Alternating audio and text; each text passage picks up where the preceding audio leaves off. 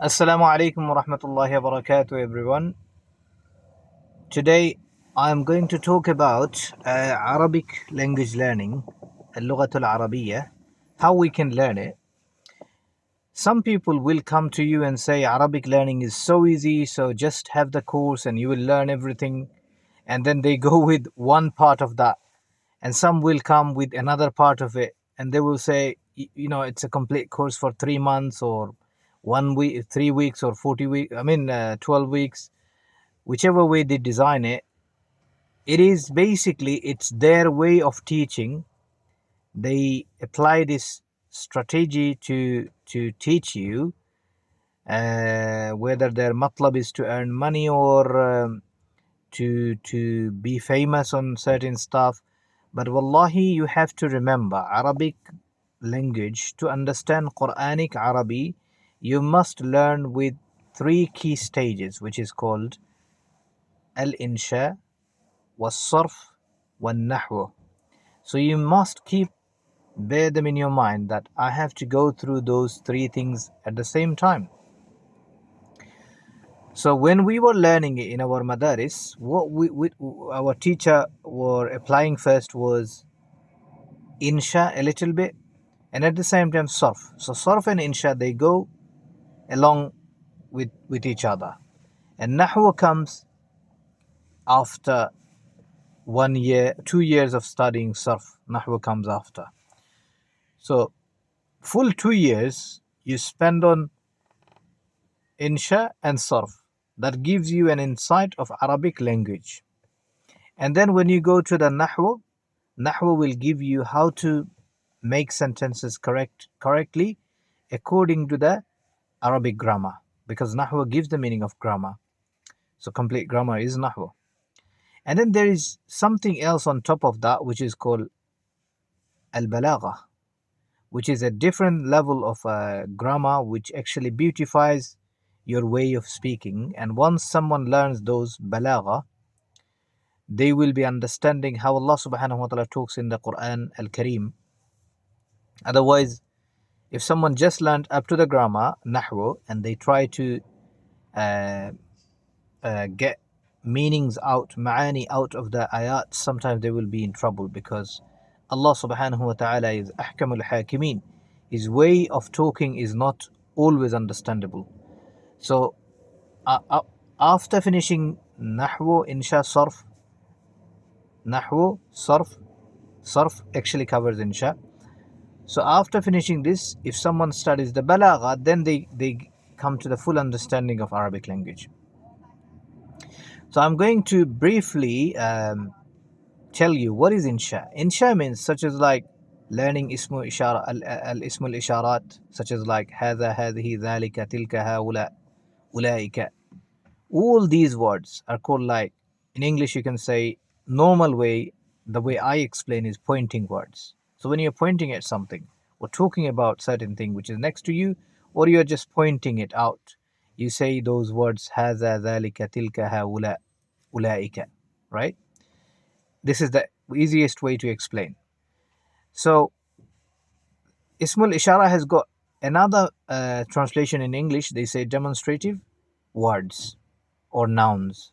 You can say that way as well, because those Ismul Ishara, if you translate that, Ism means noun, Al Ishara meaning demonstrative. So demonstrative nouns. So you can say that way, but it's easy to say Ism Ishara as a pointing words, because this will actually put things easily into a child's head, that okay, when I point at something, I use those things. So learning those things, basic stuff, and learning vocabs, like vocabularies, as much as you can in Arabic, which could be masdar, masadir, the root words. It can be any asma, as in names of something, like names of flowers, names of birds, names of animals, names of everything, daily lives, all the goods and stuff, whatever we do in our life, or body parts names. All these are included into insha. Now insha doesn't make you be able to speak. Insha will only give you the vocabs. So it's like you wanted water, you say ma, just ma. That doesn't mean you can speak Arabic. You just learned one word.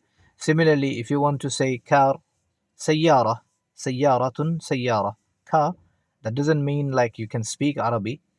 You can say هذه سيارة, هذه سيارة, this is a car. That doesn't mean that you can understand Arabic or you are speaking Arabic. Nah, it's just some words you learned. So this is insha. Now, what sarf does is the forming of verbs and the roots of the verbs. Like Arabic verbs, you know, the way English sometimes with only few things it changes, such as like when you are changing the tenses, the verbs changes when you talk, such as like when you are talking about something you're doing, you say I am doing. So ing is applied to the verb and am is applied to the verb before you, I mean, when you are expressing yourself like that. So these are changes of the verb, right? English has got very few, like I am doing, and then when you take it to the past, then it becomes I have done or I did it. When it is, yeah, similarly when it is like an indefinite, like not with, related to the any past, and you wanted to say something with the eight, we call it eight person, such as like I, we, he, she, they, I, we, he, she, they, it, and I, we, he, she, they, it. That's six, and then you, and then two you. Basically, one you is for singular when you're talking to somebody just right next to you. You can use you, but the other use is plural, isn't it? So that's how the eight person come. So I'm saying that again. All these things, sometimes you know the eight from the eight person you only got he, she, and it. It changes the verbs, such as like if you say it looks, you don't. I mean, you can't say it look. You have to say it looks. So that changes a little bit in the verb. Similarly, when you say she, you say she looks. You can't say she look. Similarly, when you say he, you say he looks. You can't say he look. So these are the changes of the verb in English. Okay, and this is very simple to understand. But in Arabic, you have to go through the masadir and the changes of the forms of the verbs. You need to learn all these things with your teacher, who is going to teach you the sarf, the morphology. In another way, another word you can call it morphology. So remember, insha, the vocabs and asma, as in like learning some words, will only give you an idea of, okay, this is the meaning of that, this is the meaning of that, only that. But it's not gonna make you be able to connect your words and make a sentence.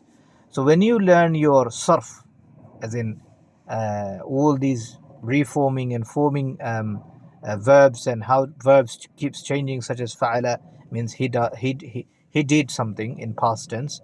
If you say fa'ala, that gives the meaning of they two men did something. If you say fa'alu, they all men did something in the past. If you say fa'alat, she, one woman or girl, did something in the past. Fa'alata, they two women did something. Fa'alna, they all women did something. And then this is how it keeps changing. Fa'alta, meaning anta fa'alta, you one man did something. Fa'altuma, you two men did something. Antuma fa'altuma, it will carry that dhamir antuma in it. So all these words, basically fa'ala carries huwa dhamir in it, yeah, and then fa'ala carries huma dhamir in it. So automatically, once you study those, you're gonna learn how verb keeps changing. So these kind of learning, yeah, will give you an insight of Arabic language, and then you will start to understand the Quran a little bit. Otherwise, just by learning the insha, because I've seen many companies and many people go through those courses where they actually teach the insha only. So it can be with two words, insha, like practicing two words, which is called mudaf mudaf ilayhi, which is a normal part of the grammar, like mudaf mudaf ilayhi, connecting one word with another word, such as if you want to say ma'u matar, rainwater, ma'u matar, ma'u matarin actually, but people just say ma'u matar, right? Ma is mudaf, matarin mudaf ilayhi. So these kind of things are not complete grammar. So to learn Arabic, you have to first go to the morphology, sarf, and with the sarf you do the insha. So if you start somebody to learn Arabic, you have to bear in mind that the sarf is the main base. If somebody is good at sarf, he will be good at anything, inshallah, after. So after sarf, you besides sarf, you teach them the insha, how to create words, basically how to create sentences, and then they go to the nahwa. Nahwa is like complete grammar, grammar of the Arabic language, where it will teach you how to connect this one, where to put which haraka when you're speaking. Such as if I want to say ضرب خالد زيدا. This is a sentence, right? ضرب meaning hit. So usually we use this phrase to establish examples in Arabic language. So ضرب زيد خالدا, or ضرب خالد زيدا. Now, to know like what to put in Khalid, if I say ضرب Khalid Zaid, doesn't make sense. ضرب meaning he hit. ضرب Khalid, Khalid hit. Zaid, it doesn't really give the meaning. So the grammatical way, when you know that ضرب is the fi'l, meaning the verb, and Khalidun, when I put if it comes in the halatul rafa', meaning when I put any dhamma on it or dhammatain, that gives the meaning of doer. So Khalid is the doer of that action, which is just a little while ago we said daraba, he hit, meaning Khalid hit. So we said daraba Khalidun, Khalid hit. And then I said Zaid, he hit Zaid. So Zaid, to say he hit Zaid, I have to put nasab on it, because that comes into the halatul nasab. So what is nasab? Nasab meaning putting fatha or fathatain on it. So I have to say Zaidan. So daraba Khalidun, Khalidu Zaidan. Or daraba Zaidu Khalidan, Khalida. Zaid hit Khalid. Zaid hit Khalid. I mean, the doer will have rafa on it, dhamma on it, and the person who is being hit will carry the nasab on it, as in like fatha on it, on his end of the, I mean at the last letter. So this whole thing is about grammar. I mean that thing covers the grammar, nahwa. So to learn Arabic grammar, one has to go through all these things. So inshallah, if anybody is interested, I can help with that, inshallah. So from the sarf to nahwa, and with the sarf we will inshallah apply the insha with it. So then someone will understand a little bit of Arabic. When they read the Qur'an, they will understand what Allah subhanahu wa ta'ala is saying, inshallah. But then again, even after learning everything, one is not recommended, I mean it is not told by Sharia, or even in general, all the scholars say, when you are looking at trying to get out the meaning of something, you have to study the tafsir and usul al-tafsir first. And it is better, always better, to look at the tafsir first, although you know the meaning, but you have to look at the tafsir. So tafsir will explain everything better way, inshallah. I hope that video will work and help people, inshallah. Assalamu alaikum.